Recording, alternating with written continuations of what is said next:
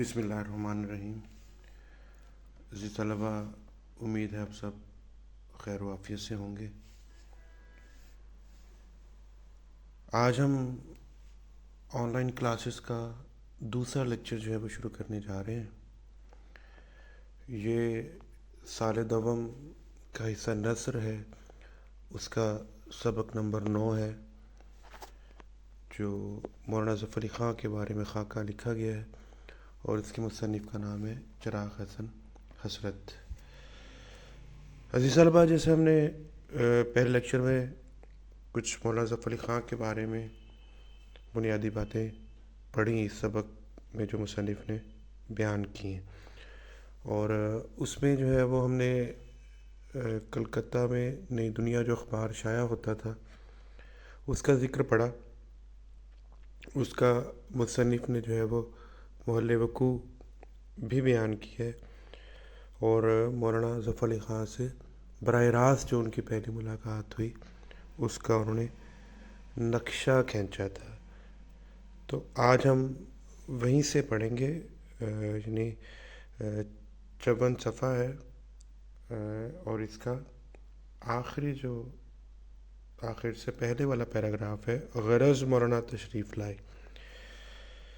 جیسے ہم نے پڑھا کہ مولانا بڑے ہنگامہ پرور شخص تھے. وہ لوگوں میں سے تھے جو ہر وقت اپنی موجودگی کا احساس دلاتے ہیں، اور وہ سیاسی طور پر اس دور میں بڑے سرگرم تھے، کیونکہ وہ دور بڑا جو ہے وہ ہنگامہ خیز تھا، اور اس وقت ہندوستان میں جو ہے وہ مختلف معاملات چل رہے تھے. سیاسی حوالے سے بڑی افراتفری تھی، بڑی ابتری نظر آ رہی تھی، اور اس منظرنامے میں مولانا ظفر علی خاں جو تھے وہ بڑے فعال نظر آتے ہیں. تو مصنف بیان کرتے ہیں کہ مولانا تشریف لائے کیونکہ وہ کلکتہ میں آئے تھے اپنی سیاسی مصروفیات کی وجہ سے، اور آتے ہی انہوں نے یہ اس دور کے بڑے اہم معاملات تھے جیسے سائمن کمیشن کا ذکر جو ہے وہ انہوں نے کیا. تو سائمن کمیشن جو ہے وہ 1927 میں یہ وفد ہندوستان آیا تھا، اور کیونکہ اس کے سربراہ جو تھے وہ سر جان سائمن تھے جو پیشے کے لحاظ سے وکیل تھے، تو اس لیے اس وفد کو سائمن کمیشن کہا جاتا ہے،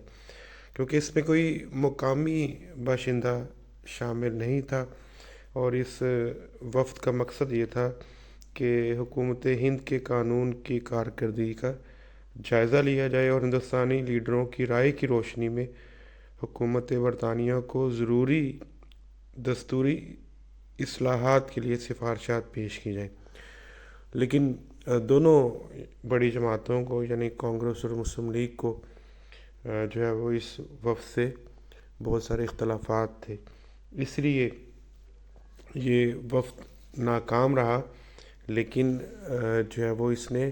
اس دور کی سیاسی فضا میں خوب ہلچل پیدا کی. اور دوسرا مولانا جو ذکر کیا وہ تھا راؤنڈ ٹیبل کانفرنس کا. تو یہ برطانوی حکومت نے جو ہے وہ ہندوستان کے آئینی معاملات کی گتھی سلجھانے کے لیے گول میز کانفرنسز کا انعقاد کیا، اور یہ لندن میں ہوئی تھی گول میز کانفرنسیں. پہلی جو ہے وہ 17 نومبر 1930 کو ہوئی، دوسری جو ہے وہ 17 ستمبر 1931 کو ہوئی، اور تیسری جو ہے 17 نومبر 1932 کو ہوئی. یہ تینوں لندن میں ہوئی، اور ان میں جو ہے وہ ہندوستان کے دستوری مسائل کو جو ہے وہ حل کرنے کی کوشش کی گئی. تو کیونکہ ان کانفرنسوں میں جو شرکاء تھے وہ گول میزوں کے گرد بیٹھ کر گفتگو کرتے تھے، اس لیے اس کو راؤنڈ ٹیبل کہا جاتا ہے. اور اس کا بھی بڑا چرچا رہا اس دور میں، اگرچہ یہ کانفرنسز نتیجہ خیز ثابت نہیں ہو سکیں. اور پھر کامل آزادی کا ذکر چھیڑ دیا ہے. تو اس دور میں جو ہے وہ ہندوستان کی سیاسی صورتحال بڑی کیونکہ خراب تھی، اور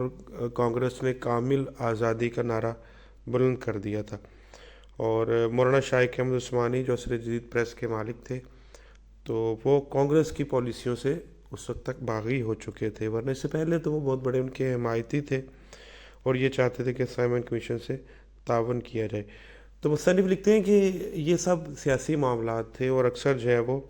ان معاملات میں جو ہے وہ بحثیں ہوتی رہتی تھیں، کیونکہ جو صحافی ہوتے ہیں عام لوگوں کی نسبت زیادہ جو ہے حالات حاضرہ سے باخبر ہوتے ہیں، اور کہتے ہیں کہ اب مولانا آئے اور انہوں نے آتے ہی جو ہے یہ بحث چھیڑ دی، لیکن ہم ان سے اس وقت بحث کرنا نہیں چاہتے تھے، کیونکہ ہمارے لیے تو خوش قسمتی کی بات یہ تھی کہ مولانا جو ہے وہ تشریف لائے ہیں، اور ہم ان سے سیاسی گفتگو کی بجائے شعر و ادب کی گفتگو کرنا چاہتے تھے۔ تو اگلے پیراگراف میں مصنف بیان کرتے ہیں کہ مولانا جو ہے وہ آئینی کمیشن کی ہندوستان آمد کو اہمیت دے رہے تھے، اور ہم مولانا کی کلکتے آمد کو زیادہ اہمیت جو ہے وہ دے رہے تھے۔ اب جو ہے وہ کھینچا تانی شروع ہو گئی۔ چراغ حسرت بتاتے ہیں کہ میں مولانا کو شعر و ادب کی طرف لے کے آتا تھا، اور وہ مولانا جو ہے وہ جو جتنے بھی وہاں پہ صحافی موجود تھے تو سب کو سیاست کے خارزار کی طرف کھینچے لیے جاتے تھے۔ اب کوئی بڑا ادبی شخص ہوتا ہے، بڑی ادبی شخصیت جو ہوتی ہے، اس کے سامنے جو ہے وہ شعر و ادب کی جب بات کی جاتی ہے تو میر و غالب کا نام لیا جاتا ہے، کیونکہ یہ اتنے بڑے عہد ساز شاعر ہیں میر و غالب کہ لا محالہ جو ہے وہ ان کے بارے میں جب گفتگو ہوتی ہے تو ان کی شخصیت ان شاعروں کی ایسی ہے، ان کا کام ایسا ہے کہ آپ ایک شعر سنائیں تو دوسرا آپ کو 10 شعر سنا دیتا ہے، اور وہ کہتا ہے جی یہ آپ نے شعر سنایا یہ بھی اچھا ہے، لیکن مجھے تو یہ پسند ہے غالب کا شعر، اور میر کا یہ شعر پسند ہے۔ اس طرح ادبی رنگ جو ہے وہ جمتا چلا جاتا ہے۔ تو مصنف کہتے ہیں کہ اسی مقصد کے لیے میں نے غالب کا نام لیا، تو مولانا نے بریکن ہیڈ کا جو ہے وہ ذکر چھیڑ دیا۔ تو بریکن ہیڈ کیونکہ اس دور کی سیاست میں بڑے متحرک تھے، اور یہ برطانوی حکومت کی طرف سے ہندوستان کے سیکرٹری آف اسٹیٹ تھے، وزیر امور ہند، اور ان کا پورا نام تھا فریڈرک بریکن ہیڈ، اور یہ وکیل بھی تھے اور اپنے دور کے شعلہ بیان مقرر بھی تھے، کیونکہ مولانا ظفر علی خاں بڑے حاضر جواب تھے، ظریفانہ طبیعت رکھتے تھے، اور انہوں نے جو ہے وہ بریکن ہیڈ کو بروکن ہیڈ جو ہے وہ کہنا شروع کر دیا تھا، ٹوٹے ہوئے سر والا۔ تو یہ اس دور کی سیاست میں کیونکہ بڑے عمل ان کا بڑا عمل دخل تھا، اس لیے جو ہے وہ کہتے ہیں کہ مولانا نے کہنا شروع کر دی بریکن ہیڈ یہ چاہ رہا ہے، بریکن ہیڈ نے یہ کر دی ہے۔ تو مصنف کہتے ہیں کہ ہم نے جو ہے وہ دوبارہ ان کو میر کی طرف لانے کی کوشش کی، اور کہا جی میر کیا شاعر ہے، اور شعر بھی سنائے۔ کہتے ہیں جی انہوں نے ہمیں جو ہے وہ کھینچ تاج کے بالڈون کی طرف لے جانے کی کوشش کی۔ بالڈون جو ہے یہ اس وقت کی جو ہے وہ 3 مرتبہ وزارت عظمیٰ تک پہنچے، یعنی برطانوی سیاستدان تھے جو 3 دفعہ اس دور میں وزیر اعظم منتخب ہوئے، اور پورا نام تھا ان کا اسٹینلے بالڈون، اور یہ کنزرویٹو پارٹی کے صدر بھی رہ چکے تھے، اور ان کا بڑا اثر و رسوخ تھا اس دور میں۔ تو مولانا نے ان کا حوالہ دینا شروع کر دیا۔ کہتے ہیں عجیب کشمکش ہوئی، اور میں کہتا تھا جی غالب، وہ فرماتے تھے کہ سائمن، اس طرح بریکن ہیڈ، بالڈون اور سائمن کا بار بار وہ ذکر کرتے رہے۔ میں ان کو میر و غالب کی طرف لانا چاہتا تھا، کیونکہ بات یہ ہے کہ مولانا ظفر علی خاں جو ہے وہ ان کا ایک بڑا حوالہ جو تھا ان کی شاعری تھا، اور مولانا جو ہے وہ بہت کم وقت میں بڑے مارکے کی نظمیں کہتے تھے، اور مصنف چاہ رہے تھے کہ ان کے شعر سنے جائیں، ان سے ادبی گفتگو کی جائے، لیکن مولانا جو ہے وہ سیاست کی طرف متوجہ تھے، لہٰذا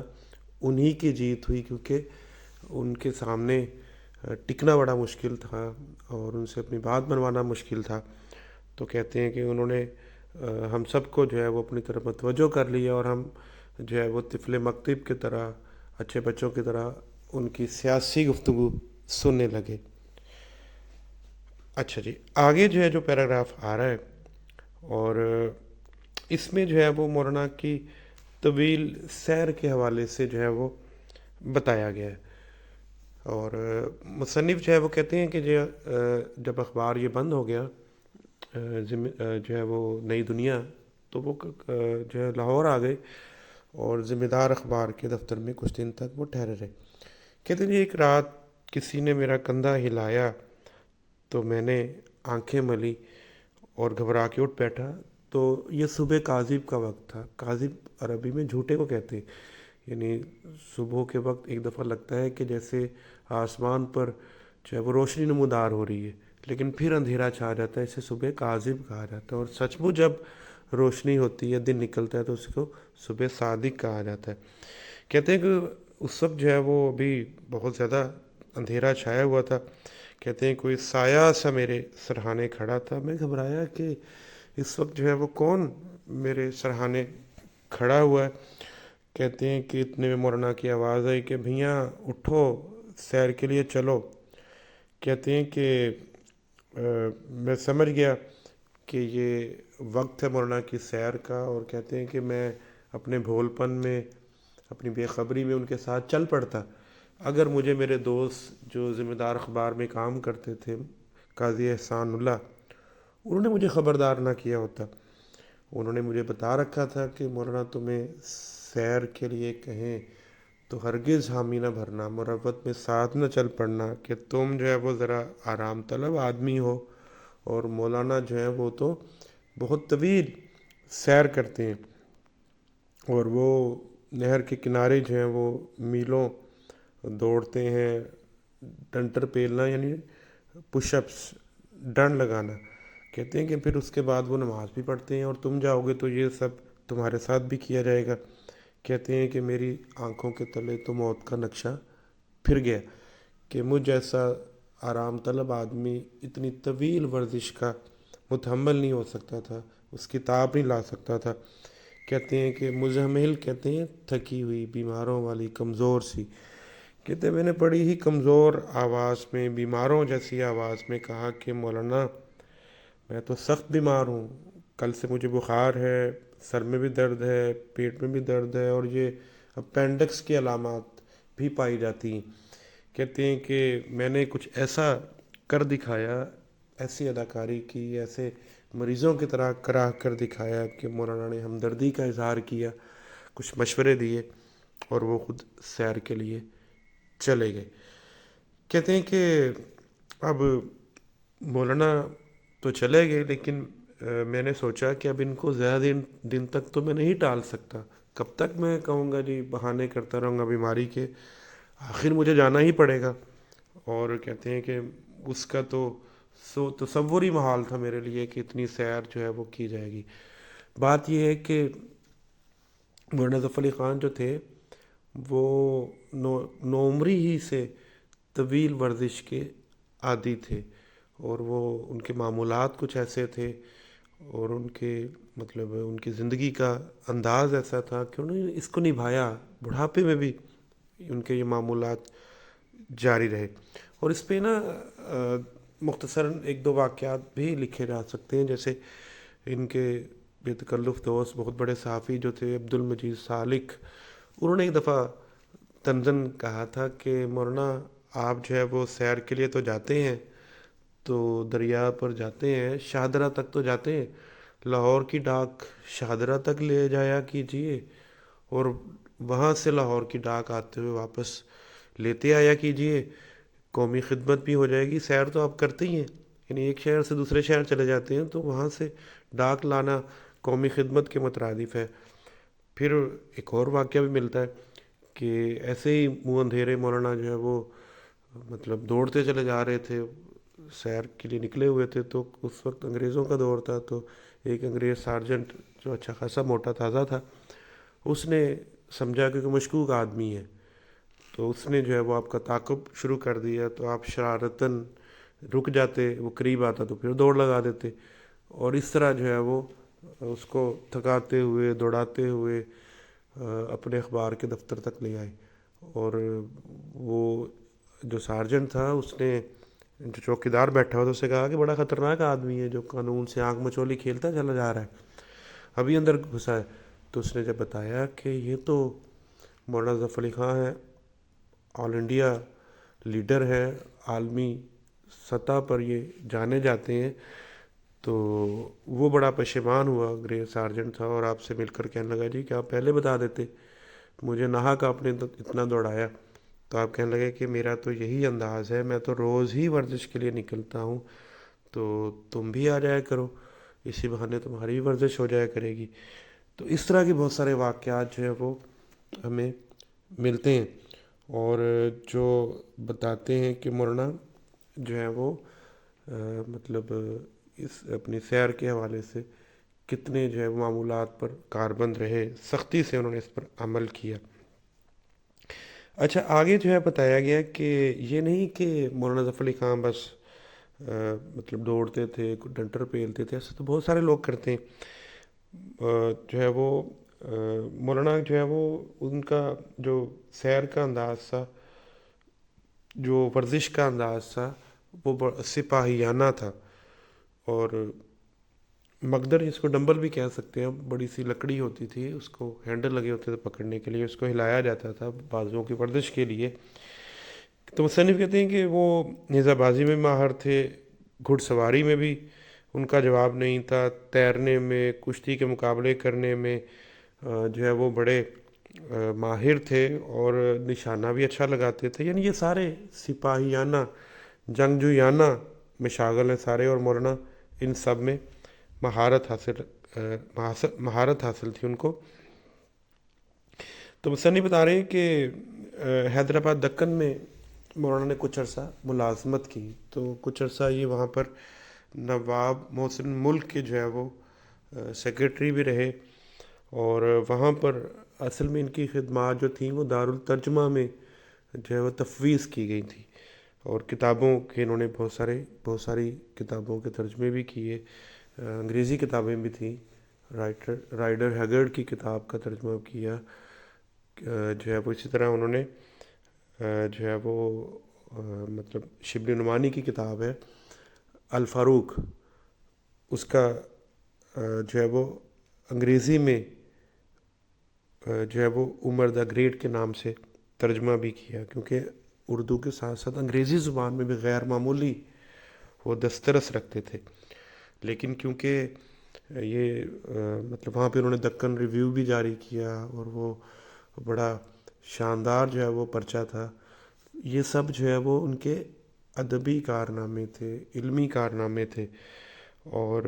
لیکن کیونکہ سپاہیانہ روح جو ہے وہ ان کے جسم میں مقید تھی، تو کہتے ہیں کہ ایک دن جو ہے وہ سپاہی اپنے فن کا مظاہرہ کر رہے تھے، کرتب دکھا رہے تھے، مولانا کی طبیعت بھی لہرائی، اور انہوں نے جو ہے وہ گھڑ سواری کا ایسا شاندار مظاہرہ کیا کہ ایک ہی کوشش میں جو ہے وہ نیزہ زمین میں اس طرح مارا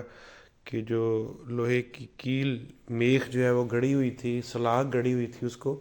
توازن قائم رکھتے ہوئے گھوڑے پر اس طرح نیزہ مارا، وہ زمین سے وہ جو ہے وہ میخ اکھاڑ پھینکی، اور لوگ مطلب بڑے متاثر ہوئے، ہر طرف سے داد و تحسین کا شور اٹھا، اور ان کی مہارت دیکھتے ہوئے فوج کے محکمے میں ان کی خدمات منتقل کر دی گئی۔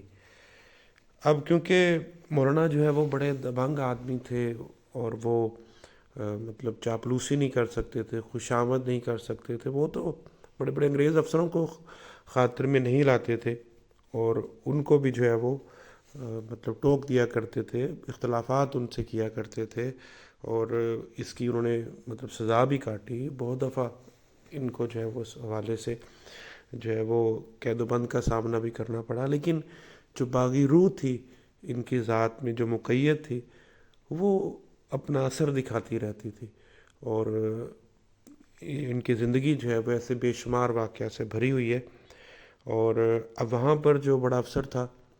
اسے ان کا نباہ نہ ہو سکا، یعنی اس کی تعریف نہیں کر سکے، تعریف تو کجا بلکہ اس کے منہ پر جو ہے وہ اس سے اختلاف کرتے رہے۔ اور جب دیکھا کہ اب یہاں پہ رہنا مشکل ہو چکا ہے، کچھ سیاسی حالات ایسے آ گئے تھے، کیونکہ حیدرآباد دکن بڑی خوشحال ریاست تھی، اور یہاں پر جو ہے وہ پرانا نظام ابھی تک چل رہا تھا، اور انگریز سرکار کا بڑا اثر و رسوخ تھا، اور کیونکہ یہ وہاں پر بہت سے انگریز افسروں کو ناراض کر چکے تھے، اور خاص طور پر سر مائیکل جو تھا وہ انگریز ریزیڈنٹ تھا، اس سے تو بہت زیادہ اختلافات تھے ان کے، اور وہ باقاعدہ اپنی حکومت کو ان کے خلاف اکساتا رہتا تھا۔ پھر کچھ بدقسمتی سے اس دور کی بڑی علمی شخصیات بھی ہمیں نظر آتی ہیں، جیسے خواجہ حسن نظامی کا نام لیا جا سکتا ہے، جنہوں نے خود جو ہے وہ مولانا ظفر علی خان کے خلاف جو ہے بہت سے لوگوں کو اکسایا، کچھ معاملات ایسے ہو چکے تھے، تو یعنی سیاسی کچھ حالات ایسے بن گئے تھے، ان کو استعفیٰ دینا پڑا۔ ہاں، کیونکہ مطلب شاعر غضب کے تھے، اس لیے انہوں نے جو ہے وہ استعفیٰ جب دیا تو ساتھ ہی حجب جو ہے وہ لکھی اس بڑے افسر کی۔ حجب پتہ نا کس کو کہتے ہیں، یعنی اس میں مذمت کی جاتی ہے، ایک تو نا قصیدہ تو تعریف میں کہتے ہیں، اس کا الٹ حجب ہوتا ہے، جس میں کسی کے خلاف بات کی جاتی ہے، کسی کی برائی کی جاتی ہے، اس کی منفی پہلو اجاگر کیے جاتے ہیں۔ اس طرح وہ حجب لکھ کے جو ہے انہوں نے اپنے دل کا غبار نکالا۔ ٹھیک ہے جی، یہاں تک ہم نے جو ہے وہ آج پڑھا ہے، کچھ اقتباسات پڑھے ہیں، اور ان میں جو ہے ہم نے پڑھا کہ مولانا جو ہے وہ تشریف لائے، مصنف ان سے شعر و ادب کی گفتگو کرنا چاہتے تھے، اور وہ بضد رہے، اور سیاسی گفتگو انہوں نے شروع کی، اور پھر مولانا کی سیر کے حوالے سے لکھا ہے کہ ان میں جنگجویانہ روح پائی جاتی تھی، سپاہیوں والے مشاغل ان کے تھے، اور حیدرآباد دکن میں انہوں نے بھرپور اس کا مظاہرہ بھی کیا۔ ٹھیک ہے جی،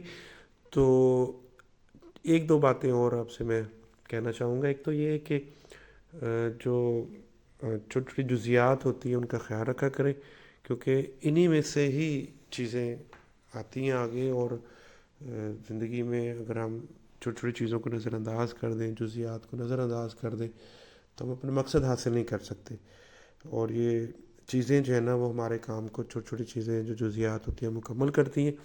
تو لکھنے کی عادت ڈالیں، کچھ پوائنٹ ایسے ہوتے ہیں، کچھ باتیں ایسی ہوتی ہیں جو آپ کے لیے کارآمد ثابت ہو سکتی ہیں۔ تو امید ہے آپ کو آج کا لیکچر سمجھ آ گیا ہوگا۔ تو اگلے لیکچر میں ہم یہ سبق مکمل کریں گے، اور ان میں جو ہے ہم بات کریں گے اقتباسات جو پیش کیے گئے وہ سارے مولانا کی صحافت کے حوالے سے بھی ہیں کچھ، لیکن زیادہ تر حصہ جو ہے وہ مولانا کی شاعری کے حوالے سے۔ ٹھیک ہے، اس پر ہم نیکسٹ لیکچر میں انشاءاللہ بات کریں گے۔ آپ کی سماعتوں کا بہت شکریہ۔